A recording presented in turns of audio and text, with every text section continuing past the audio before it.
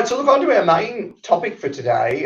One, I think all of our clients and viewers will be very familiar with absenteeism. And Kim, absenteeism not a problem that's just popped up out of nowhere. No, always been a problem, It's really. always been a problem, but we've seen a definite change in how it's manifested as a result of the pandemic. That's right, that's right. And look, what we've sort of seen, I think, is really three phases over the last 2 years of what the use of personal leave and absenteeism has looked like. We had the sort of first phase, really sort of the lockdown phase. Everyone, well, if you know, for most industries, a lot of people working from home, a marked decline in the use of personal leave. You know, people obviously weren't out and about getting ill, but there was also a greater proportion of people just continuing to work while ill because they had the accessibility of doing it through at home. So all of a sudden we had a huge number of employees building up very, very large personal leave balances. And employees were loving it. They were loving it. They thought this is fantastic, you know, until then we hit the second phase. You know, we come out of the lockdowns really at the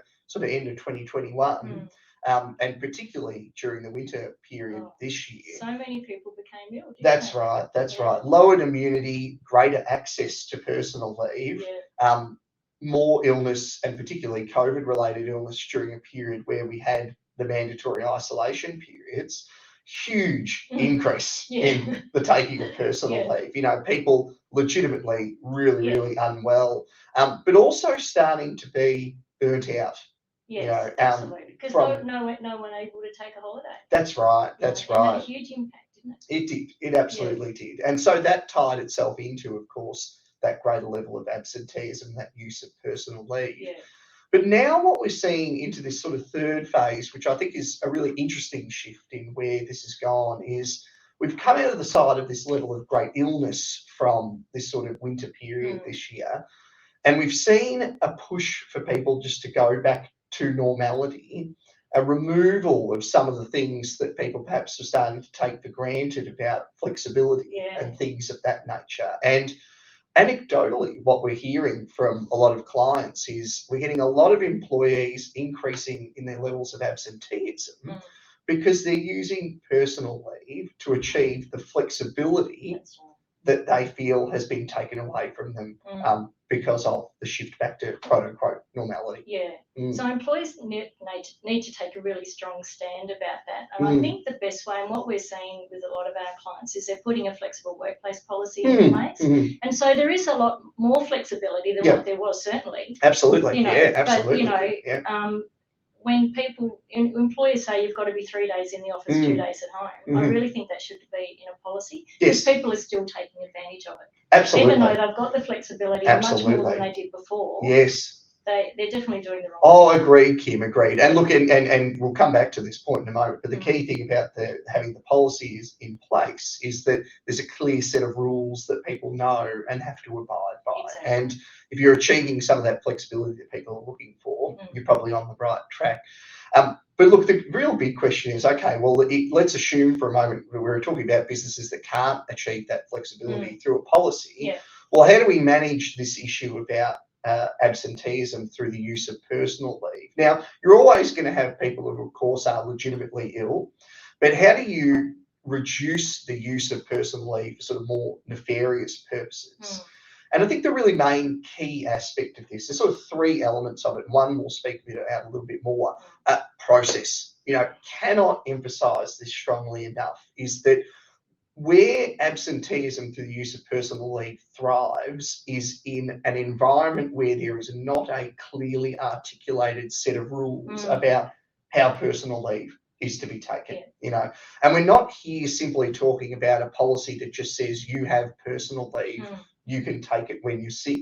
Really, we're talking about some more direct and interventionist steps in this process. You know, fundamentally at the heart of it, remembering that an employer under the Fair Work Act has the right to ask for evidence of an illness and is entitled to notice as much as reasonably practicable from an employee when they are ill or injured and won't be able to attend work. So an employee needs to put some real steps in place, and real practical steps in place so people know exactly what they're required to do. So don't email reception and say I'm not coming in today, or send a text message. The policy should specify you must call your manager.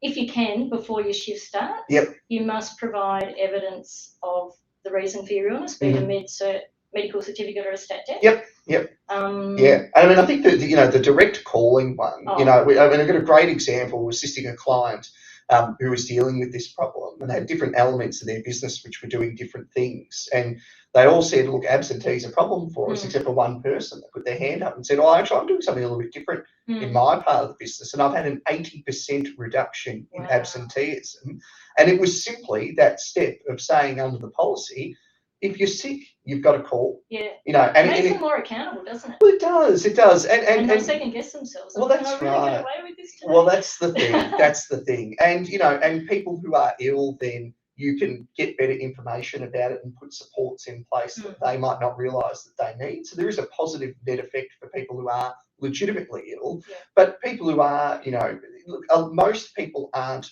going to do the wrong thing. This we know. There are a small cohort who will, and they're always going to be difficult.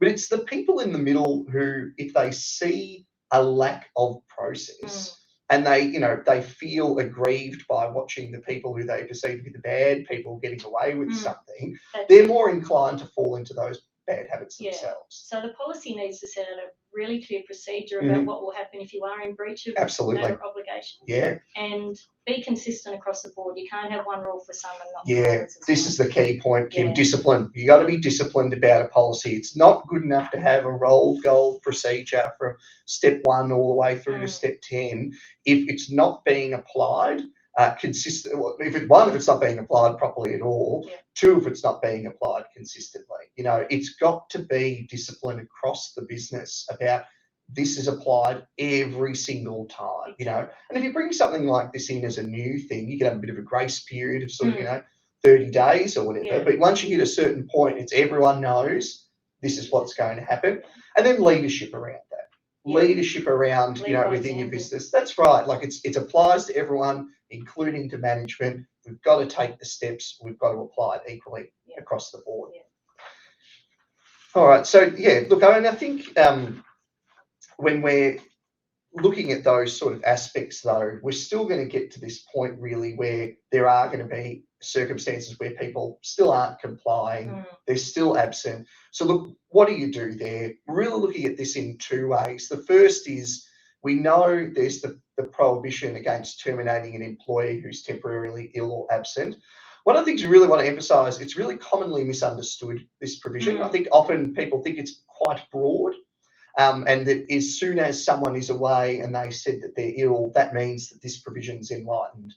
Key thing is really it's not, okay?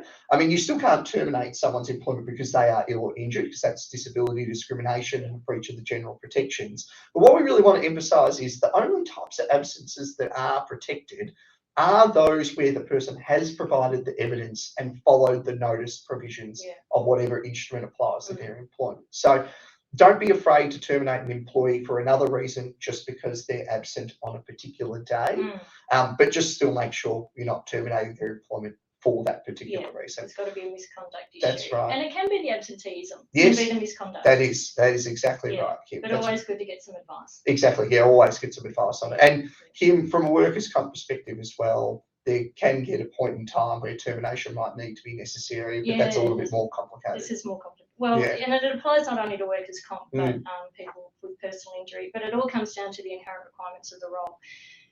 But the first thing we're running out of time. Oh, yeah, if we can zoom, we'll have to zoom through this bit, Kim. I'm sorry, we got too excited about the parental leave.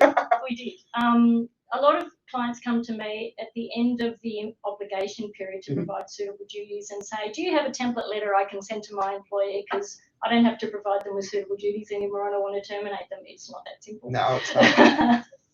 Not that simple, Kim. No. Because it does create the disability, the discrimination for disability and general protections risk.